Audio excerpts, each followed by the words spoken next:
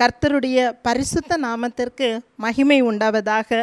உயிர்த்தெழுந்த ஆண்டவராகிய இயேசு கிறிஸ்துவின் இனிதான நாமத்தில் உயிர்த்தெழுதல் பண்டிகையை கொண்டாடி கொண்டிருக்கிற உங்கள் ஒவ்வொருவருக்கும் இயேசு கிறிஸ்துவின் இனிதான நாமத்தில் நல் வாழ்த்துக்களை தெரிவித்துக் கொள்கிறேன்.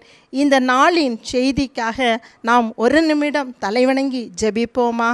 என் அன்பின் பரலோக பிதாவே, உயிரோடு இருக்கிற ஒரு தேவனை நாங்கள் ஆராதிக்கிறோம் தகப்பனே. நீர் சதா காலங்களிலும் உயிரோடு இருக்கிற தேவன் தகப்பனே. இந்த உயிர்த்தெழுதலின் பண்டிகை நாள் அன்று ஆண்டவருடைய உயிர்த்தெழுதல் ஒரு மெய்யான ஒரு உயிர்த்தெழுதல் என்பதை எல்லாரும் விசுவாசிக்கும்படியாகவும் இந்த செய்தி எங்களுக்கு மிகுந்த பிரயோஜனமுள்ளதாக இருக்க என் தேவன் கிருபை தர வேண்டும் என்று இயேசுவின் நாமத்தினாலே ஜெபிக்கிறேன் பரலோக பிதாவே, ஆமேன். மத்தேயு 28ஆம் அதிகாரத்தை நாம் வாசித்து பார்க்கும் பொழுது, சில பெண்கள் அதிகாலையிலே எழும்பி இயேசுவின் கல்லறை அண்டைக்கு வருகிறார்கள். அங்கு மூடப்பட்டிருந்த கல் புரட்டப்பட்டிருப்பதை அவர்கள் பார்க்கிறார்கள். தேவனுடைய தூதன் அங்கு வந்து அவர்களை பார்த்து, அவர் இங்கே இல்லை, அவர் உயிரோடு எழும்பிவிட்டார் என்ற ஒரு செய்தியை அவர்களுக்கு சொல்லப்பட்டதாக மத்தேயு 28ஆம் அதிகாரம் 6ஆம் வசனத்தில் குறிப்பிடப்பட்டிருக்கிறது. நம்முடைய ஆண்டவர் உயிரோடு இருக்கிற ஒரு ஆண்டவர். அவர் இனி மரிப்பது இல்லை. அவர் சதா காலங்களிலும் அவர் உயிரோடு இருக்கிற ஒரு ஆண்டவராகவே இருக்கிறார். உயிரோடு இருக்கிற ஆண்டவர், உயிர்த்தெழுத ஆண்டவரை நாம் பின்பற்றுகிறோம். அந்த ஆண்டவரை நாம் தொழுது கொள்கிறோம் என்பது எவ்வளவு சந்தோஷமான ஒரு விஷயமாக காணப்படுகிறது. நம்முடைய வேத புத்தகத்தை நாம் புரட்டி பார்க்கும் பொழுது உயிர்த்தெழுந்த அநேக சம்பவங்கள் பழைய ஏற்பாடு புதிய ஏற்பாட்டில் சொல்லப்பட்டு இருப்பதை நாம் வேத புத்தகத்தில் வாசிக்கிறோம். இந்த நாளிலும் கூட பழைய ஏற்பாட்டில் உயிரோடு எழுப்பப்பட்டவர்கள், புதிய ஏற்பாட்டில் உயிரோடு எழுப்பப்பட்டவர்கள், இயேசு கிறிஸ்துவினுடைய உயிர்த்தெழுதல், கடைசி கால உயிர்த்தெழுதல் என்ற 4 தலைப்பின் கீழ் நான் உங்களோடு பகிர்ந்து கொள்வதற்கு ஆசைப்படுகிறேன். முதலாவது நாம் பார்க்கும் பொழுது பழைய ஏற்பாட்டில் உயிரோடு எழுப்பப்பட்டவர்கள் 3 நபர்களை வேதம் நமக்கு சுட்டி காட்டுகிறது. 1 ராஜாக்கள் 17ஆம் அதிகாரம் 17ஆம் வசனத்திலிருந்து 24ஆம் வசனம் வரை நாம் பார்க்கும் பொழுது, எலியா என்ற ஒரு தீர்க்கதரிசி அவர் ஒரு வாலிபனை உயிரோடு எழுப்பின ஒரு சம்பவம் இந்த வேத புத்தகத்தில் எழுதப்பட்டு இருக்கிறது. சாரிபாத் என்ற ஒரு ஊர், அந்த ஊரில் ஒரு விதவை தாயும் ஒரு வாலிப மகனும் வாழ்ந்து கொண்டு இருந்தார்கள். தேசத்தில் பஞ்சம் வந்தது. இந்த பஞ்ச காலத்தில் இந்த எலியா தீர்க்கதரிசி சாரிபாத் ஊருக்கு போகிறார். இந்த சாரிபாத் ஊர் விதவை இவரை பஞ்சகாலம் முழுவதும் இவரை போஷித்து பராமரித்து வந்தாள். இவளுடைய வாலிப பையன் திடீரென்று வியாதிப்படுகிறான். அந்த வியாதியின் மித்தம் அவன் மரித்தும் போய்விடுகிறான். அவன் மரித்த உடனே இந்த சாரிபாத் ஊர் விதவை அந்த எலியா தீர்க்கதரிசிகிட்ட போய் கேட்கிறாள், என்னுடைய பாவத்தை நினைத்தருளினதுனால தானே என்னுடைய மகன் மரித்து போனான் என்று அவரிடத்தில் போய் புலம்புகிறாள். எலியா தீர்க்கதரிசி ஆண்டவருடைய சமூகத்தில் போய் ஜெபிக்கிறார்.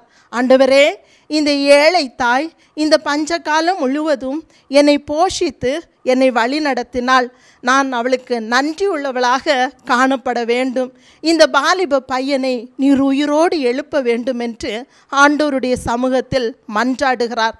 ஆண்டவர் அந்த பையனை உயிரோடு எழுப்புகிறார். இந்த சம்பவத்திலிருந்து நாம் கற்றுக்கொள்ளக்கூடிய காரியம் என்னன்னா, ஆண்டவருடைய பிள்ளைகளுக்கு கரம் கொடுக்குகிறவரை ஆண்டவர் கரம் பிடித்து நடத்தி அற்புதத்தை செய்கிற தேவனாக இருக்கிறார் என்பதை இந்த சம்பவம் நமக்கு விளக்கி காட்டுகிறது. இரண்டாவதாக நாம் பார்க்கும் பொழுது 1 ராஜாக்கள் 4ஆம் அதிகாரத்தில் எலிசா என்ற ஒரு தீர்க்கதரிசி ஒரு சிறு பையனை உயிரோடு எழுப்பின ஒரு சம்பவம் அங்கு சொல்லப்பட்டு இருக்கிறது. சூனேம் என்ற ஊருக்கு இந்த எலிசா அடிக்கடி ஊழியத்தின் மித்தம் கடந்து போகிறார். அந்த ஊரில் கனம் பொருந்திய ஒரு பெண் இருந்ததாக சுட்டிக்காட்டப்படுகிறது. பொதுவாக யூதர்கள் யாரை கனம் பொருந்தியவர்கள் என்று அழைப்பார்கள் என்றால், வயதான பணக்கார பெண்களை கனம் பொருந்திய பெண்கள் என்று அழைப்பார்கள். அங்கு ஒரு வயதான ஒரு பணக்கார ஒரு பெண் சூனேம் ஊரை சார்ந்த பெண்ணாக இருக்கிறதுனால் அவளை சூனேம் ஊர் பெண் என்று அழைக்கப்படுகிறது. அந்த பெண் அந்த தீர்க்கனுக்கு வேண்டிய உதவிகளை எல்லாம் செய்து பணிவிடைகளை செய்த ஒரு பெண்ணாக காணப்பட்டாள். ஒரு நாள் இந்த எலிசா தீர்க்கதரிசி அந்த பொண்ணை பார்த்து சொல்கிறார், உனக்கு ஆண் பிள்ளை இல்லை என்பது ஒரு குறையாக காணப்படுகிறது. அதனால் அடுத்த வருஷம் இதே நாட்களில் ஆண்டவர் உனக்கு ஒரு அழகான ஒரு ஆண் குழந்தையை தருவார் என்ற ஒரு நல்ல செய்தியை அவர் சொல்லுகிறார். அவர் சொன்னது போலவே அடுத்த வருஷம் அவளுக்கு ஒரு அழகான ஆண் குழந்தையை ஆண்டவர் கொடுக்கிறார். அந்த பிள்ளை சிறு வயதிலே ஓடி சாடி விளையாடி கொண்டு இருக்கிறான். ஒரு நாள் தலைவலிக்கிறது என்று தாயின் மடியில் படுத்து கிடந்தான். அப்படியே மரித்து போனான். இது தீர்க்கதரிசிக்கு அறிவிக்கப்படுகிறது. தீர்க்கதரிசி அந்த பிள்ளைக்காக தேவனுடைய சமூகத்தில் மன்றாடி அந்த சிறு பையனுக்கு உயிர் வர செய்கிறார். இப்படி பழைய ஏற்பாட்டில் இரண்டாவதாக சூனேமியாளுடைய மகன் உயிர் பெற்ற அந்த சம்பவம் அங்கு குறிப்பிடப்பட்டிருக்கிறது. இந்த சம்பவத்தில் ஆண்டவரை கனம் பண்ணுகிறவர்களை ஆண்டவர் கனம் பண்ணுகிறவராக காணப்படுகிறார். அவளுடைய நெருக்கமான அந்த இக்கட்டான சூழ்நிலையில் ஆண்டவர் கனம் பெற்றவளுக்கு அற்புதத்தை செய்கிற ஒரு ஆண்டவராக இருக்கிறார் என்பதை இந்த சம்பவம் நமக்கு சுட்டி காட்டுகிறது. மூன்றாவதாக நாம் பார்க்கும் பொழுது, எலிசா வயதான பிறகு மரித்து அடக்கம் பண்ணப்பட்டார். பொதுவாக நம்முடைய கல்லறை போல் யூதருடைய காலத்தில் கல்லறைகள் அமைந்திருப்பது இல்லை. ஒரு கல்லறை இருக்கும். அந்த கல்லறைக்குள் அநேக படிகள் மாதிரி கட்டப்பட்டு இருக்கும். ஒவ்வொரு படியிலும் ஒரு பிணத்தை வைப்பது அவர்களுக்கு வழக்கமாக இருக்கிறது. அதனால்தான் நம்முடைய இரட்சகருடைய அந்த செய்தியில் சொல்லப்பட்டிருக்கிறது, ஒருவனும் ஒரு காலும் கண்டிராத ஒரு கல்லறையில் கிறிஸ்துவை அடக்கம் பண்ணினார்கள் என்று வேதாகமத்தில் குறிப்பிடப்பட்டு இருக்கிறது. நாம் பார்க்கும் பொழுது எலிசா தீர்க்கதரிசி வயது சென்று மரித்து அவரை கல்லறையில் வைத்திருக்கிறார்கள். பிரேத சீலியினால் கட்டி கல்லறைக்குள் வைக்கப்பட்டிருக்கிறது. ஒரு வட்ட வடிவ கல்லினால் அந்த கல்லறை மூடப்பட்டு காணப்படுகிறது. வருடங்கள் கடந்து போயின. அந்த பிரேத சீலையும் கெட்டு போயிருக்கும், அவருடைய சரீரமும் கெட்டு போயிருக்கும். அதே நேரத்தில் அந்த சரீரம் கெட்டு எலும்புகள் மட்டும் மீதி இருந்த ஒரு காலகட்டத்தில் அந்த ஊரில் ஒரு மனிதர் இறந்து போகிறார். அந்த இறந்த மனிதனை ஊர்வலமாக அநேகராக கூடி பாடையில் வைத்து அந்த மனிதனை எடுத்துக்கொண்டு வருகிறார்கள். இனி அந்த மனிதனுக்கு மேலே தைலம் வார்த்து பிரேத சீலையினால் கட்டி அதன் பிறகு அவனை பிரேத கல்லறைக்குள் வைக்க வேண்டும். அப்படி கொண்டு வந்து கொண்டிருக்கும் பொழுது மோவாப் தேசத்திலிருந்து படை வீரர்கள் ஆயுதம் தரித்தவர்களாக வருவதை இந்த கூட்டத்தினர் பார்க்கிறார்கள். பார்த்த உடனே அவர்கள் பயந்து, ஐயோ, இந்த மக்கள் நம்மளை கொலை செய்ய வருகிறார்கள், நம்மளை கொன்று விடுவார்கள் என்று அந்த இறுதி ஊர்வலத்தில் இருந்த மக்கள் எல்லாரும் அந்த இடத்தை விட்டு கலைந்து ஓடி உயிருக்கு தப்பி ஓடிவிட்டார்கள். இப்போ மீதி இருக்கிறவர்கள் அந்த பாடையை சுமந்து கொண்டு வந்தவர்கள் மட்டும்தான் மீந்தி இருக்கிறார்கள். இவர்களும் பயந்து பக்கத்தில் ஒரு கல்லறை, திறக்கப்பட்ட ஒரு கல்லறையாக காணப்பட்டது. அந்த கல்லறைக்குள்ளே இந்த மனுஷனை அந்த பிரேதத்தை தூக்கி போட்டுட்டு இவர்கள் திரும்பி ஓடும் பொழுது திடீரென்று அந்த கல்லறையிலிருந்து ஒரு மனிதன் எழும்பி வருவதை பார்க்கிறார்கள். யார் இப்படி கல்லறையில் இருந்து எழும்பி வருகிறார் என்று பார்க்கும் பொழுது எந்த பிரேதத்தை தூக்கி போட்டார்களோ அந்த பிரேதம் உயிரடைந்து காலூன்றி நின்று நடந்து வருவதை அவர்களால் காண முடிகிறது. என்ன நடந்தது தெரியுமா? அந்த எலிசா தீர்க்கதரிசியுடைய அந்த எலும்புகளில் இருந்த அபிஷேகம் இந்த பிரேதத்தின் மேல் பட்ட உடனே அந்த பிரேதம் எழும்பி காலூன்றி நின்றதை தான் இங்கு வேதம் நமக்கு சுட்டி காட்டுகிறது. மரணத்தின் மீது ஆண்டவர் தமது வல்லமையை வெளிப்படுத்துகிற தேவனாக இருக்கிறார் என்பதை இந்த பழைய ஏற்பாட்டின் உயிர்த்தெழுதல், உயிரோடு எழுப்பப்பட்ட இந்த செய்தி நமக்கு அளிக்கிற ஒன்றாக காணப்படுகிறது.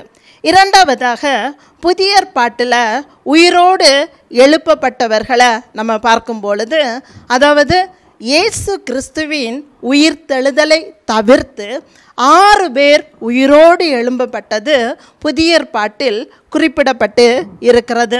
மத்தேயு 9ஆம் அதிகாரத்தை நாம் வாசித்து பார்க்கும் பொழுது அங்கு யபீருடைய மகள் உயிரோடு எழும்பின ஒரு சம்பவம் சொல்லப்பட்டு இருக்கிறது. இயேசு கிறிஸ்து ஒரு ஊருக்கு கடந்து போகிறார். அந்த ஊரில் உள்ள ஜெப ஆலய தலைவன் அவன் இயேசுவின் அண்டைக்கு வந்து, என்னுடைய மகள் மரண வியாதியினால் அவதிப்பட்டு இருக்கிறாள், நீங்கள் வந்து என் மகளுக்கு சுகத்தை கொடுக்க வேண்டும் என்று இயேசுவை கேட்டுக்கொள்கிறார். இயேசுவும் வாரேன் என்று சொல்லுகிறார். கிளம்பி போகிறதுக்கு முன்னாடி அந்த யபீருடைய வேலைக்காரன் வந்து சொல்லுகிறார், நீங்கள் போதகரை தொந்தரவு பண்ண வேண்டாம், இங்கு மகள் மரித்து விட்டாள் என்று அங்கு குறிப்பிடப்படுகிறது.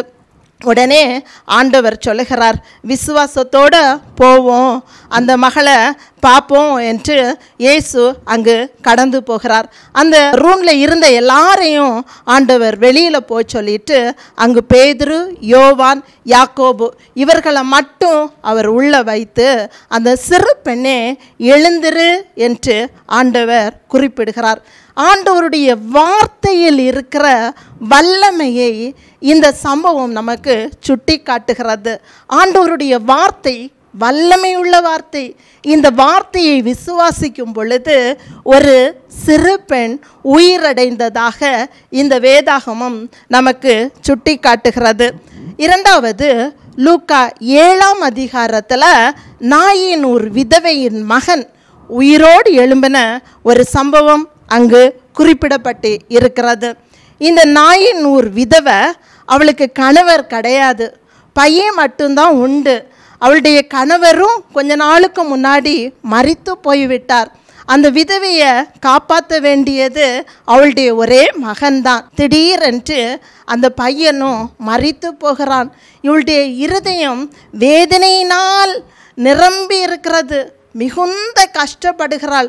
ஐயோ, எனக்கு இனி இந்த உலகத்தில் யார் இருக்கிறார்? கணவனும் இல்லை, பிள்ளையும் இல்லை. நான் ஒரு தனிப்பட்டவளாக தானே என்னுடைய வாழ்க்கையை வாழ வேண்டும் என்று அவள் நினைத்து கொண்டிருந்தாள். நம்முடைய ஆண்டவர் எப்படிப்பட்டவர் என்றால், இறுதி ஊர்வலத்தில் ஆண்டவர் அந்த இடத்துக்கு கடந்து வருகிறார். பாடையை தொட்டு வாலிபனை அவர் எழும்பச் செய்கிறார். அவர் அந்த வாலிபனை உயிரோடு எழுப்புகிறார். விதவையின் கண்ணீரை கண்டு அவர் இறுதி ஊர்வலத்தில் வந்து பாடையை தொட்டு எழும்பச் செய்கிற ஒரு நல்ல தேவனாக நம்முடைய தேவன் காணப்படுகிறார். மூன்றாவது நம்ம பார்க்கும் பொழுது, யோவான் 11ஆம் அதிகாரத்தில் நம்ம எல்லாருக்கும் நன்றாக தெரிந்த லாசருவை உயிரோடு எழுப்பின ஒரு சம்பவம் அங்கு குறிப்பிடப்பட்டு இருக்கிறது. லாசரு மரித்து போகிறார். இயேசு மிகவும் அதிகமாக நேசித்த ஒரு குடும்பம், அந்த குடும்பத்தில் ஒரு மரணம். லாசருவை அடக்கம் செய்த பிறகு 4 நாள் கழித்து இயேசு அந்த இடத்துக்கு வருகிறார். கல்லறைக்கு முன்னாடி வந்து நின்று அந்த கல்லை புரட்டி போட சொல்லுகிறார். லாசரு பிணமாக இருக்கிறான். பிதாவினிடத்தில் ஜெபித்து விட்டு சொல்லுகிறார், லாசருவே நீ எழும்பி வெளியில் வான்னு சொல்லுகிறார். உடனே அங்கு லாசரு எழும்பி வெளியில் வருகிறான். இந்த சம்பவம் சற்று வேறுபட்ட ஒரு சம்பவமாக காணப்படுகிறது.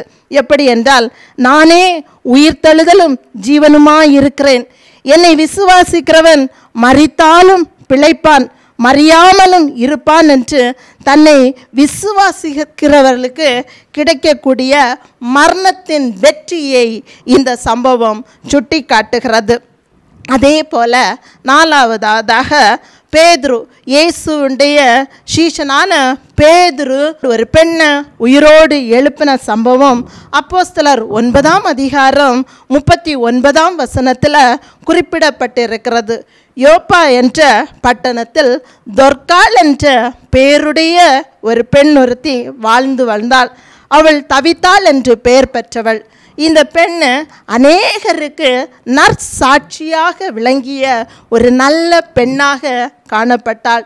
திடீரென்று இந்த பெண் மரித்து விட்டாள்.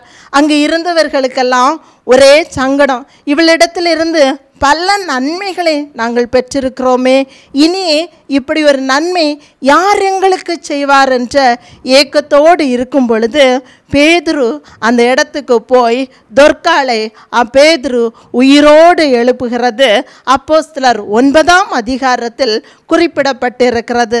ஆண்டவர் தன்னுடைய பிள்ளைகளை பேதுருவை அழைத்து பேதுருவுக்கும் அந்த வல்லமையை கொடுத்து அந்த பாதையில் ஆண்டவர் பேதுருவையும் வழி நடத்தின ஒரு சம்பவம் தான் இதாக காணப்படுகிறது.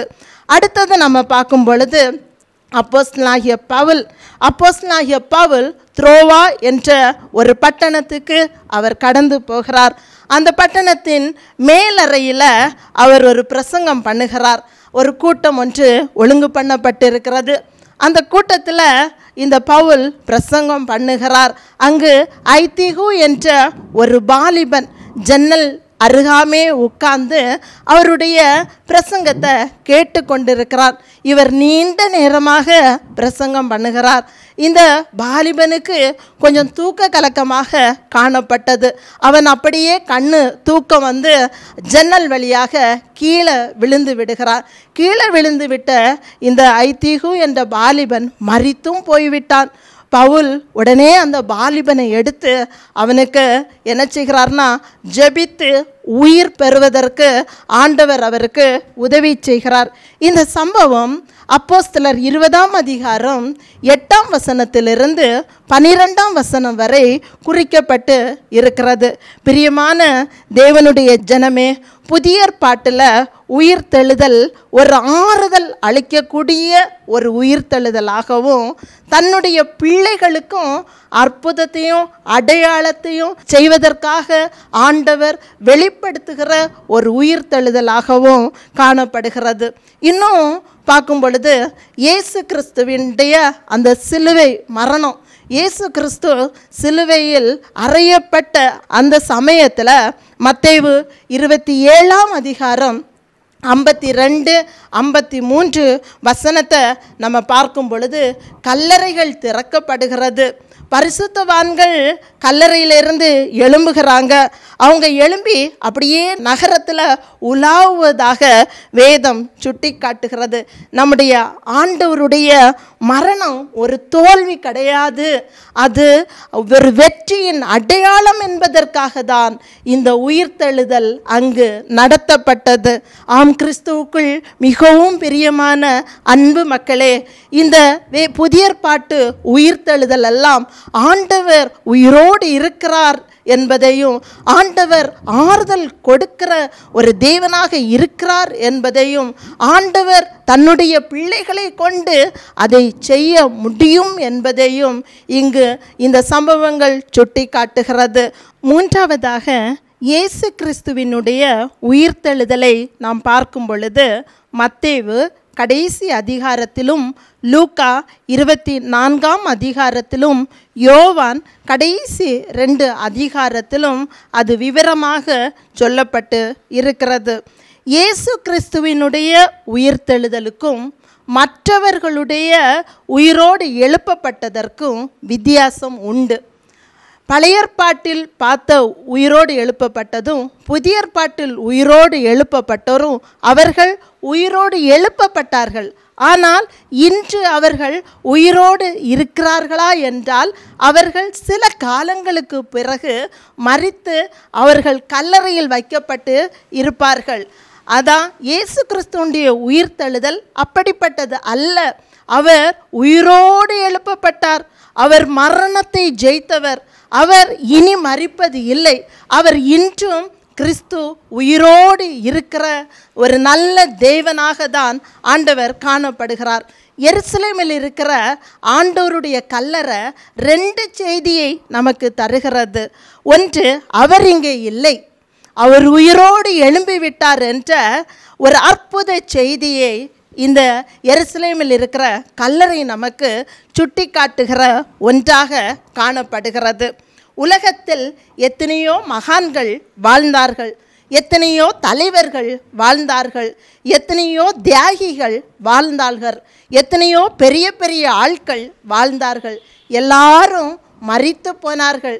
எல்லாரையும் கல்லறையில் வைக்கப்பட்டது.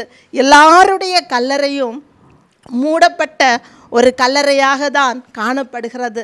ஆனால் அருமை இரட்சகர் இயேசு கிறிஸ்துவுடைய கல்லறை இன்றும் எருசலேமில் திறக்கப்பட்ட ஒரு கல்லறையாக காணப்படுகிறது.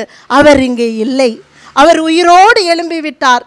அவர் இல்லை, அவர் உயிரோடு எழும்பிவிட்டார் என்ற ஒரு மரணத்திலிருந்து வெற்றியை இந்த கல்லறை நமக்கு சுட்டி காட்டுகிறது. அன்று ஆண்டவருடைய கல்லறையின் அருகே சில பெண்கள் கடந்து வருகிறார்கள். அவர்கள் பேசிக்கொண்டு வந்த ஒரு காரியம், இந்த கல்லை யார் நமக்காக புரட்டி போடுவார்? தேவதூதன் அவங்க வாரதுக்கு முன்னாடியே புரட்டி போட்டார். இன்னைக்கு நம்முடைய வாழ்க்கையிலும் இந்த பிரச்சனை நமக்கு எப்படி மாறி போகும்? யார் இந்த பிரச்சனையை நம்மை விட்டு மாற்றி போடுவார் என்ற ஏக்கத்தோடு இந்த செய்தியை நாம் கேட்டுக்கொண்டு இருக்கலாம். நாம் வழிபடுகிறது யார்? உயிரோடு இருக்கிற ஒரு தேவனை. அவர் உயிர் தெழுந்த ஒரு தேவன். நம்முடைய எல்லா பிரச்சனைகளிலும் நமக்கு உதவி செய்கிற ஒரு நல்ல தேவனாக தான் நம்முடைய தேவன் காணப்படுகிறார். அவர் மரணத்தை ஜெயித்தவர். அவர் இன்றும் நம் மத்தியில் உலாவிக் கொண்டு இருக்கிறவராகவே அவர் இருக்கிறார். ஆண்டவருடைய கல்லறை ரோம முத்திரை தரித்து சீல் போட்டு கல்லறை மூடப்பட்டது. ஆனால் ஒரு பெரிய வல்லரசையே உடைத்து, அந்த வல்லரசுடைய முத்திரையை உடைத்து கிறிஸ்து உயிரோடு எழும்புகிறார். இந்த உலகத்தில் கிறிஸ்துவுடைய உயிர்த்தெழுதலை ஒருவனும் ஒரு காலும் தடுக்க முடியாது. இன்னைக்கு ஹிஸ்ட்ரியிலையும் அது சொல்லப்பட்டு இருக்கிற ஒரு பெரிய உண்மையாகவே காணப்பட்டு இருக்கிறது. இயேசு உயிரோடு எழும்பின ஒரு நல்ல தெய்வத்தை தான் நாம் இன்று வழிபட்டு இருக்கிறோம். நமக்காக அவர் இருக்கிறார். அவர் நம்மோடு கூட இருக்கிறார் என்பதை நாம் ஒருபோதும் மறந்துவிடக் கூடாது. கடைசி உயிர்த்தெழுதல் என்று குறிப்பிடுவது அவருடைய பிள்ளைகளின் உயிர்த்தெழுதலை தான் குறிப்பிடப்பட்டு இருக்கிறது. 1 கொரிந்தியர் 16ஆம் அதிகாரத்தை வாசிக்கும் பொழுது அந்த கடைசி கால உயிர்த்தெழுதலை பற்றி அப்போஸ்தலனாகிய பவுல் குறிப்பிடுகிறார். 1 தெசலோனிக்கர் 4ஆம் அதிகாரத்தை நம்ம பார்க்கும் பொழுது கடைசி எக்காலம் ஊதப்படும் பொழுது பரிசுத்தவான்கள் எல்லாம் உயிரோடு எழும்பி மறுரூபம் ஆக்கப்படுவார்கள் என்று அங்கு குறிப்பிடப்பட்டு இருக்கிறது. இயேசு கிறிஸ்துவுடைய அந்த ஊழிய நாட்களிலும் இந்த கடைசி கால உயிர்த்தெழுதலை பற்றி ஆண்டவரும் குறிப்பிட்டு இருக்கிறார். எல்லாரும் உயிரோட எழும்புவோம். ஆண்டவரை விசுவாசிக்கிறவங்க கிறிஸ்துவுக்குள் மரிப்பார்கள், கிறிஸ்துவுக்குள் அவர்கள் உயிரோடு எழும்புவார்கள். கிறிஸ்தவ வாழ்க்கை என்பது ஏதோ கொஞ்ச நாள் இந்த உலகத்தில் வாழ்ந்தோ அதோடு முடிந்து போகிற ஒரு வாழ்க்கை அல்ல. நாம் மரித்த பிறகும் ஆண்டவர் வேதாகமத்தில் என்ன குறிப்பிட்டு இருக்கிறார்னா, மரணத்துக்கென்று ஆண்டவர் ஒரு நாளை வைத்திருக்கிறார். அந்த நாளில் நம்ம மரித்து போவோம். அதன் பிறகு ஆண்டவர் என்ன சொல்லுகிறார்னா, அவருடைய வருகையில் நம்ம எல்லாரும் உயிரோடு எழும்புவோம், மறுரூபம் ஆக்கப்படுவோன்னு. விசுவாசியாமல் இருக்கிறவர்களும் அந்த நாட்களில் உயிரோட எழும்புவாங்க. ஆனால் அவர்கள் நித்திய அழிவுக்கு தள்ளப்படுவார்கள். ஆனால் விசுவாசிக்கிறவர்கள், ஆண்டவர் நமக்கு குறிப்பிட்டிருக்கிற காரியம், உங்களுக்காக ஒரு ராஜ்யத்தை நான் ஏற்படுத்துகிறேன், அந்த ராஜ்யம் ஆயத்தமாக இருக்கிறது, அந்த ராஜ்யத்திற்கு இன்னைக்கு நம்ம தகுதி உள்ளவர்களாக இருக்கிறோமா? இந்த செய்தி நமக்கு தருகிற ஒரு அர்த்தம் என்னவென்றால், கிறிஸ்துவுடைய உயிர்த்தெழுதல் ஒரு மெய்யான உயிர்த்தெழுதல். அவர் இன்றும் மரணத்தை வென்றவர், இன்றும் அவர் ஜீவிக்கிறவராகவே காணப்படுகிறார். அவர் நமக்காக ஒரு இடத்தை ஆயத்தம் பண்ணி கொண்டிருக்கிறார். அந்த ஆயத்தமான இடத்திற்கு நாம் இந்த உலகத்தில் ஆயத்தமாக வேண்டும். அர்ப்பணமுள்ள ஒரு வாழ்க்கை வாழும் பொழுதுதான் அந்த இடத்தை நாம் அடைய முடியும். இந்த ஈஸ்டர் நமக்கு கற்றுத்தருகிற காரியம் அதுவாக தான் இருக்கிறது. ஆண்டவர் இந்த செய்தியின் மூலம் நம்மை ஆசீர்வதிக்கும்படி நாம் தலைவணங்கி ஜெபிப்போம். என் அன்பின் பரலோக பிதாவே, ஆண்டவரே, இந்த நேரத்தில் கூட இந்த உயிர்த்தெழுதலின் செய்தியை ஆண்டவரே கேட்பதற்கு கிருபை தந்தீர்.